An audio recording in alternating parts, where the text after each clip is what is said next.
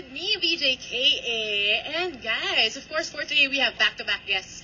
Up first is the boy band V4. Welcome to the show, guys! At kilalanin natin silang tatlo. Please tell us your names. I'm Toph. Hi, I'm Kerwin. And I am Visam. Toph, Kerwin, and Visam. Okay, nakuha niyo ba mga pangalan nila? Guys, meron mga questions para sa inyo. Okay, so paano naman nabuo ang inyong group na V4? Ito kasi yun, last September 2010, there's this modeling event called 100 Bachelors. Tapos kasama kami doon sa 100 na yun.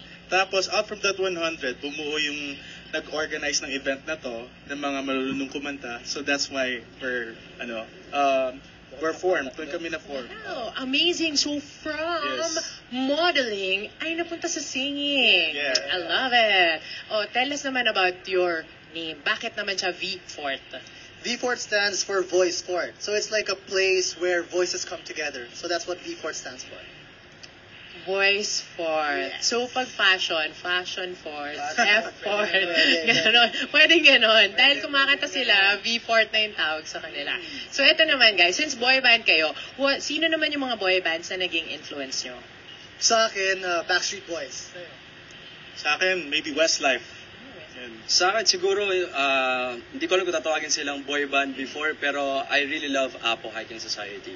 Yes. Wow, very interesting. So magkakaiba pala talaga kayo ng mga influence. Tama. Great. Oh, anyway, tapos ano naman sa tingin nyo ang nagsiset apart sa inyo from other Pinoy na boy bands?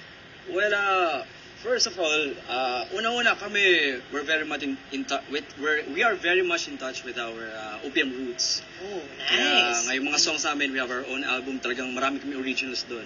So talagang 95% on original.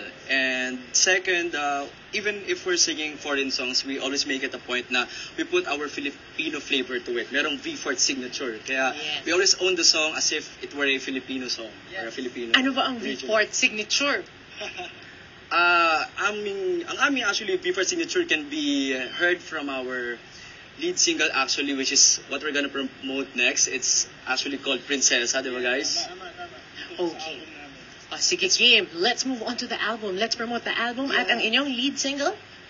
Hi guys, we're inviting you to grab a copy of V4 The Love Band Project, which is our debut album. It's now available nationwide in all leading record stores under Viva Records. So meron tong 10 songs, 9 of them are original and 1 is a cover, which is Just Like a Pill by Pink.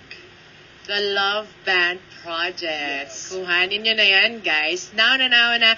And go promote your gig schedules or kung ano pang mga Yes, kaganapan. this Saturday, August 25, nandun po kami sa SM Pampanga.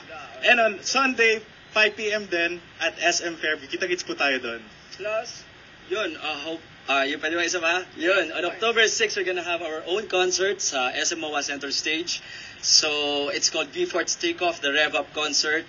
For tickets, just go to any SM Tickets po sa SM Cinemas. You can get your tickets there. Plus, you can also check out our website kasi andun po yung mga iba pong details about our concert. Just go to www.v4band.com. Plus, also for our social media accounts, meron po kaming Facebook and Twitter. Just search for V4 Band. There you have it, guys. Maraming salamat for visiting us. PJK. Sana makabalik din kayo here on Mix TV Top 10. And there you have, guys, V4. Grab a copy. Abangan nyo sila sa SM Malls. And now, speaking of boy bands, eto na ang Super Junior with Sexy Free and Single at number 6.